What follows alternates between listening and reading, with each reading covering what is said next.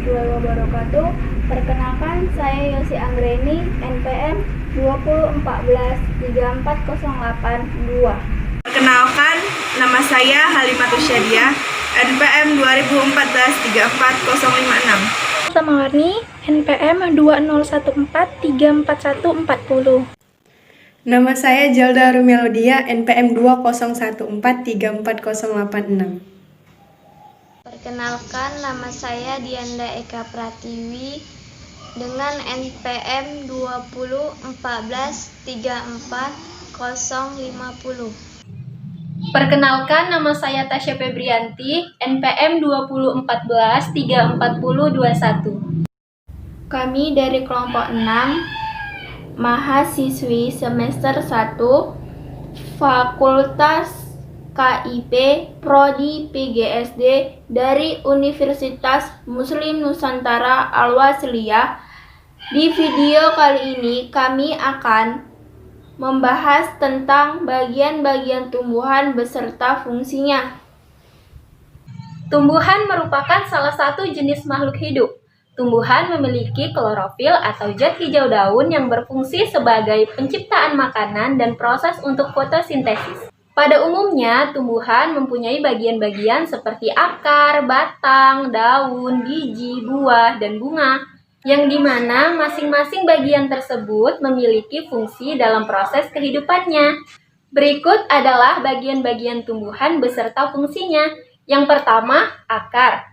Akar merupakan salah satu bagian tumbuhan yang tidak tampak, karena akar berada di dalam tanah. Fungsi dari akar sendiri yaitu yang pertama untuk menancapkan tumbuhan ke dalam tanah, yang kedua untuk menyerap air dan mineral ke dalam tanah, yang ketiga sebagai tempat menyimpan makanan terutama pada umbi-umbian seperti wortel dan ubi kayu. Akar mempunyai susunan dari luar ke dalam, yaitu kulit luar atau epidermis, kulit pertama atau korteks, dan silinder pusat.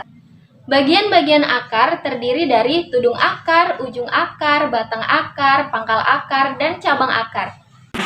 Batang merupakan tubuh tumbuhan dan melekatnya daun, bunga, dan buah. Fungsi batang ada 3, yaitu yang pertama sebagai tempat tumbuh daun, bunga, dan buah, mengangkut air dan mineral dari akar ke daun. Yang ketiga, sebagai tempat penyimpanan cadangan makanan. Ada 3 jenis batang tumbuhan, yaitu yang pertama, batang basah, yang kedua, batang bekayu, dan yang ketiga, batang rumput. 3. Daun. Daun adalah bagian tumbuhan yang tumbuh pada bagian batang dan banyak mengandung zat warna hijau yang disebut klorofil. Daun dibedakan menjadi 2, yaitu daun tunggal dan daun majemuk. Berdasarkan susunannya, tulang daun ada yang menyirik seperti buah mangga, buah jambu, menjari seperti singkong, dan sejajar seperti jagung, tebu, padi, dan alang-alang. Daun pada umumnya berwarna hijau. Ada daun yang berwarna hijau muda, daun yang berwarna hijau tua, dan ada pula daun yang tidak berwarna hijau. Misalnya daun pada tanaman puring. Fungsi atau puring. Fungsi atau kegunaan daun adalah sebagai berikut. Yang pertama, tempat berlangsungnya fotosintesis. Yang kedua, mengambil gas karbon dioksida CO2 yang digunakan sebagai sumber bahan-bahan dalam fotosintesis. Yang ketiga, mengatur penguapan transpirasi.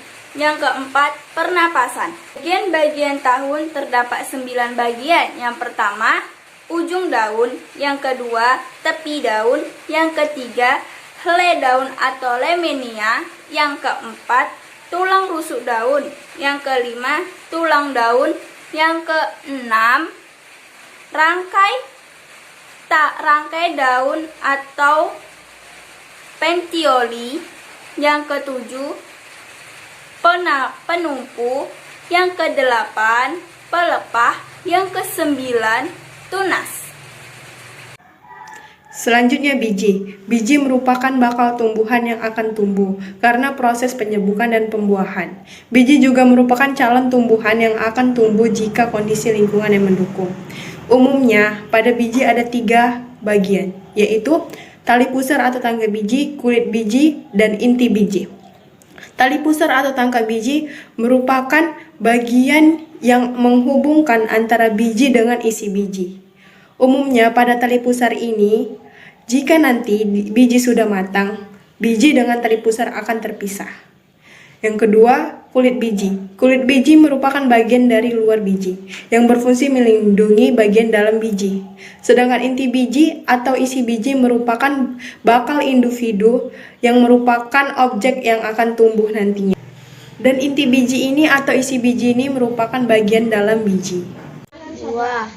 Buah merupakan organ pada tumbuhan berbunga yang merupakan perkembangan kelanjutan dari bakal buah atau ovarium. Buah biasanya membungkus dan melindungi biji. Aneka rupa dan bentuk buah tidak terlepas kaitannya dengan fungsi utama buah, yakni sebagai pemecah biji tumbuhan. Si buah terbagi menjadi 3, yaitu 1. Sebagai cadangan makanan, 2. Alat perkembangbiakan, 3. Dimanfaatkan manusia sebagai sumber makanan yang bergizi tinggi.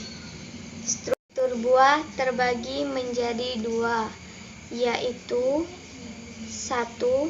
Buah sejati. Buah sejati merupakan buah terbentuk dari bakal buah. 2. Buah semu. Buah semu merupakan buah yang terbentuk dari bakal buah dan bagian-bagian lain dari akar buah. Nah, di sini saya akan menjelaskan tentang bunga. Bunga merupakan bagian tumbuhan yang digunakan sebagai alat perkembangbiakan generatif pada tumbuhan berbiji. Jadi, bunga berfungsi sebagai alat perkembangbiakan. Nah, bagian-bagian bunga terdiri dari tangkai bunga, mahkota bunga, kelopak, benang sari, dan putik. Benang sari berfungsi sebagai alat kelamin jantan dan putik berfungsi sebagai alat kelamin betina. Bunga memiliki sifat-sifat. Yang pertama, memiliki bentuk bagian-bagian yang menarik. Yang kedua, baunya yang khas. Yang ketiga, warnanya yang menarik. Dan yang keempat, ada tidaknya madu ataupun zat lain. Bunga dapat diklasifikasikan menjadi 2 macam. Yang pertama, bunga sempurna atau bunga lengkap. Dan yang kedua, bunga tidak sempurna atau bunga tidak lengkap. Nah, yang pertama, bunga sempurna atau bunga lengkap adalah bunga yang mempunyai keseluruhan bagian bunga secara utuh, di mana terdapat adanya tangkai bunga yang berfungsi untuk pengepang bunga sekaligus penghubung antara batang dan bunga. Kemudian adanya kelopak bunga, kemudian adanya mahkota bunga, kemudian adanya benang sari, yang ini namanya kepala sari, dan kemudian adanya putik, dan yang ini kepala putik. Nah, yang kedua ada bunga tidak sempurna atau bunga tidak lengkap.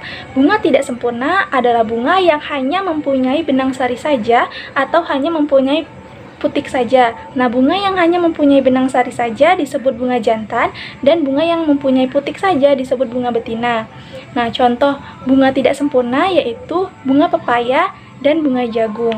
Demikian materi pembelajaran hari ini. Kami harap apa yang kami sampaikan dapat bermanfaat bagi kita semua.